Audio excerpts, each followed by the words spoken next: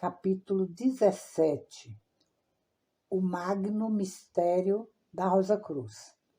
Ocasionalmente, nós recebemos cartas de estudantes rosacruzes se queixando de que eles estão sozinhos no estudo da filosofia Rosa Cruz, que os maridos, as esposas, os filhos deles ou outros parentes não simpatizam ou até mesmo são contrários aos ensinamentos rosacruzes, apesar de todos os esforços dos referidos estudantes rosacruzes para despertar o interesse desses amigos e assim obter a companhia dele nos trabalhos ou, pelo menos, a liberdade para seguir o caminho escolhido por eles. Esse atrito lhes causa uma certa infelicidade de acordo com cada temperamento, e nós somos solicitados por esses estudantes rosacruzes a aconselhá-los como superar o antagonismo das pessoas com quem eles se relacionam e convencê-las. Isso já temos feito por meio de cartas pessoais e temos sido privilegiados por ajudar a mudar as condições de muitos lares quando nossas sugestões foram seguidas. Mas nós sabemos que, frequentemente, aqueles que sofrem mais agudamente não se manifestam e, portanto, decidimos tornar a discorrer um pouco sobre esse assunto.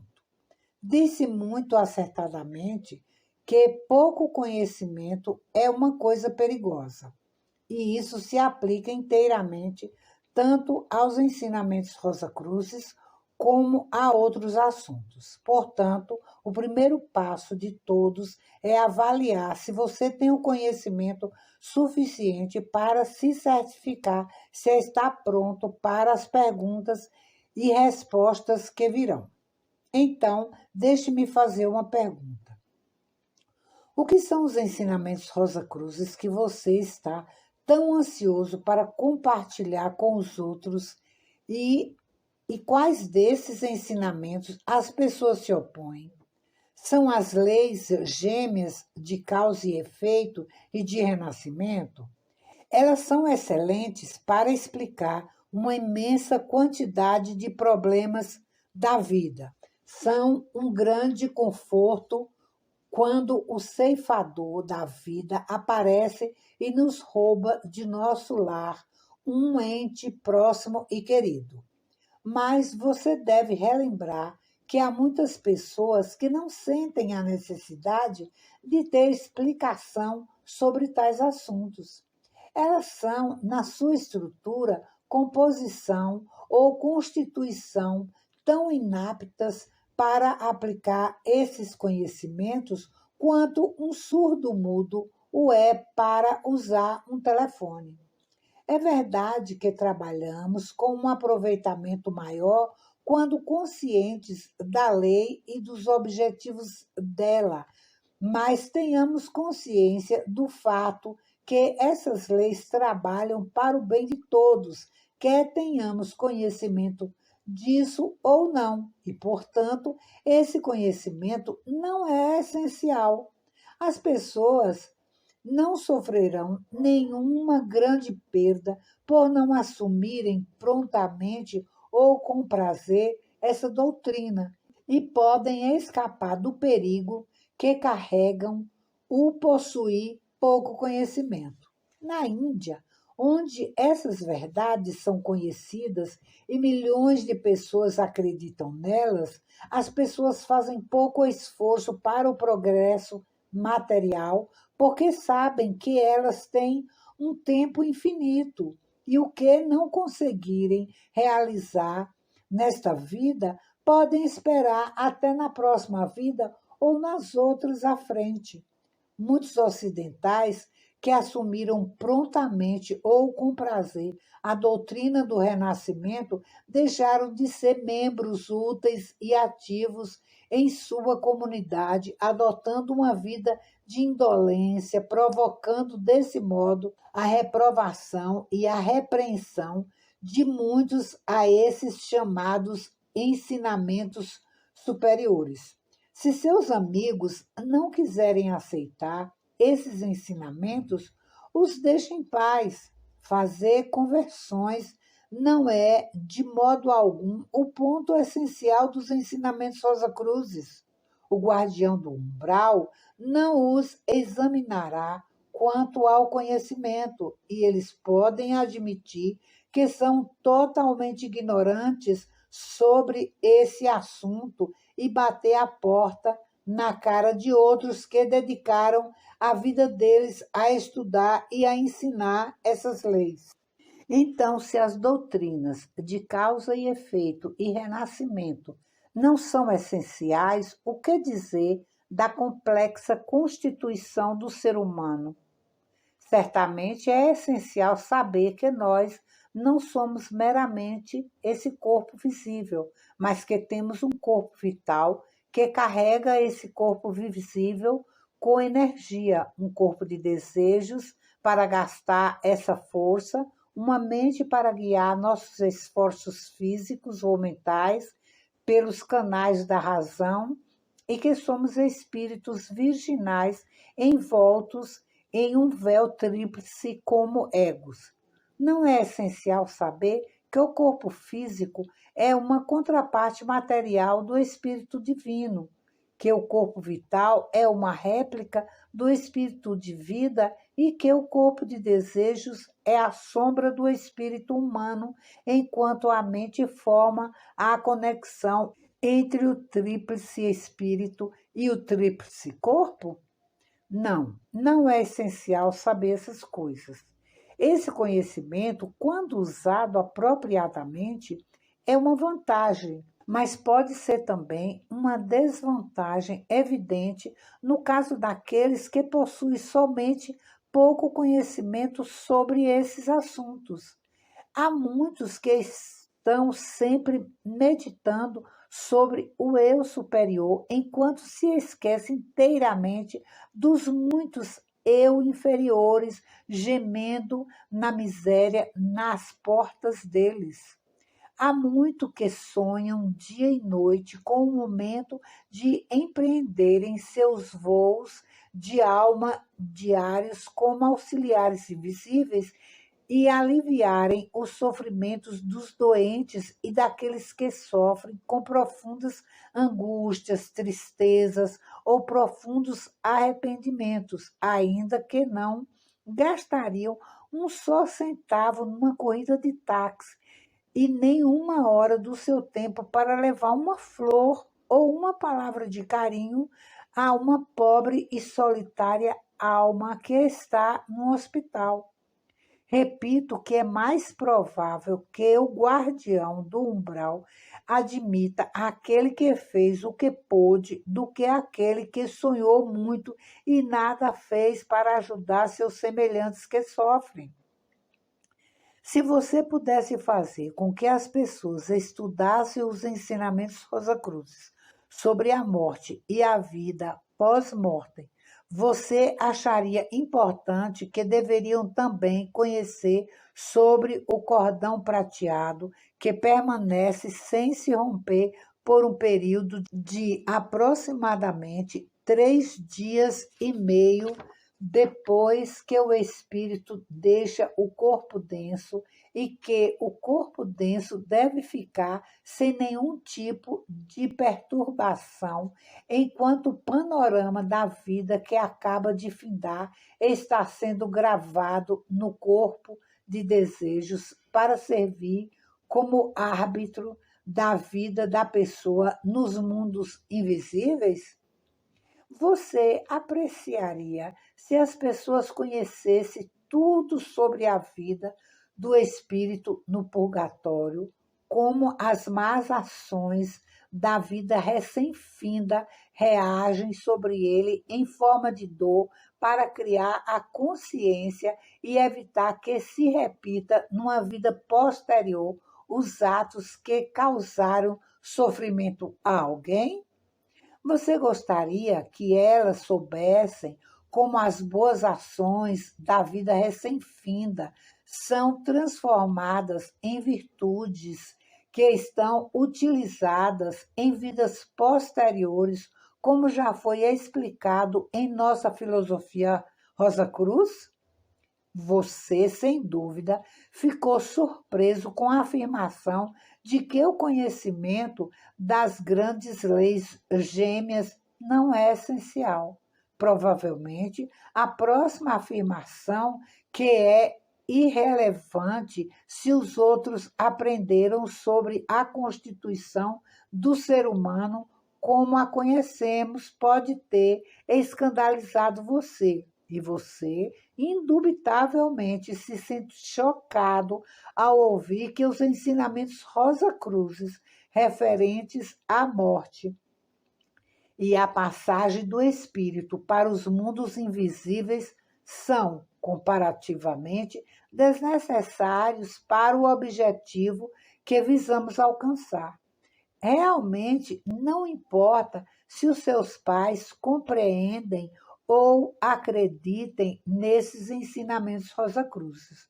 No que diz respeito ao seu próprio falecimento, um pedido sincero para que deixem seu corpo denso, quieto e imperturbável pelo período apropriado, provavelmente será cumprido ao pé da letra, pois as pessoas têm uma consideração quase supersticiosa por esse último pedido. E se algum dos nossos amigos morrer, você está lá com o seu conhecimento e pode proceder de maneira correta para com ele. Então, não importa se eles se recusarem a admitir essa parte dos ensinamentos Rosa Cruz.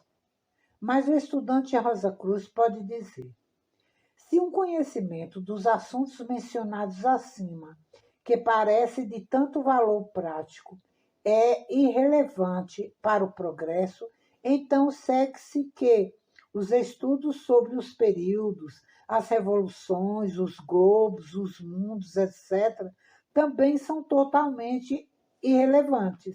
Isso refuta tudo o que foi ensinado no livro Conceito Rosa Cruz do Cosmos e nada resta dos ensinamentos Rosa Cruzes que temos abraçado e aos quais depositamos a nossa fé. Nada resta? Sim, de fato, tudo resta, pois os pontos acima mencionados são somente a casca que você deve remover para chegar ao fruto, à essência, ao cerne de tudo. Talvez você já tenha lido o livro Conceito Rosa Cruz do Cosmos muitas vezes. Talvez você já o tenha estudado e se sente orgulhoso do seu conhecimento dos mistérios do mundo. Porém, você algum dia já leu o mistério escondido em cada entrelinha? Esse é o maior e o mais essencial ensinamento, o único a ser ensinado e que desperta o interesse aos seus amigos, mas só se você conseguir encontrá-lo e fornecê-los a ele. O livro Conceito Rosa Cruz do Cosmos prega em cada página o evangelho do serviço. Por nossa causa, a divindade manifestou o universo. Todas as grandes hierarquias criadoras foram, e algumas delas ainda são, nossas servas. Os luminosos anjos estelares, cujos corpos ígneos vêm movimentando-se rapidamente por todo o espaço, têm trabalhado conosco desde eras, e no devido tempo Cristo veio para nos trazer o ímpeto espiritual necessário para aquele momento. Também é extremamente significativo que na parábola do juízo final, Cristo não diz: bem fizeste, ó grande erudito filósofo, conheces a Bíblia, a Cabala, o conceito e todas as outras literaturas misteriosas que revelam os intrigados trabalhos da natureza. Mas ele disse: Bom fizeste tu, bom e fiel servo, entrarás na alegria do teu Senhor. Pois eu estava com fome e me deste de comer, eu estava com sede e me deste de beber. Não há menção alguma à palavra conhecimento. Toda a ênfase estava reservada à fidelidade e ao serviço. Há uma profunda razão oculta para isso. O serviço constrói o corpo-alma, o glorioso traje nupcial, sem o qual nenhum ser humano pode entrar no reino dos céus, ocultamente chamado de a Nova Galileia.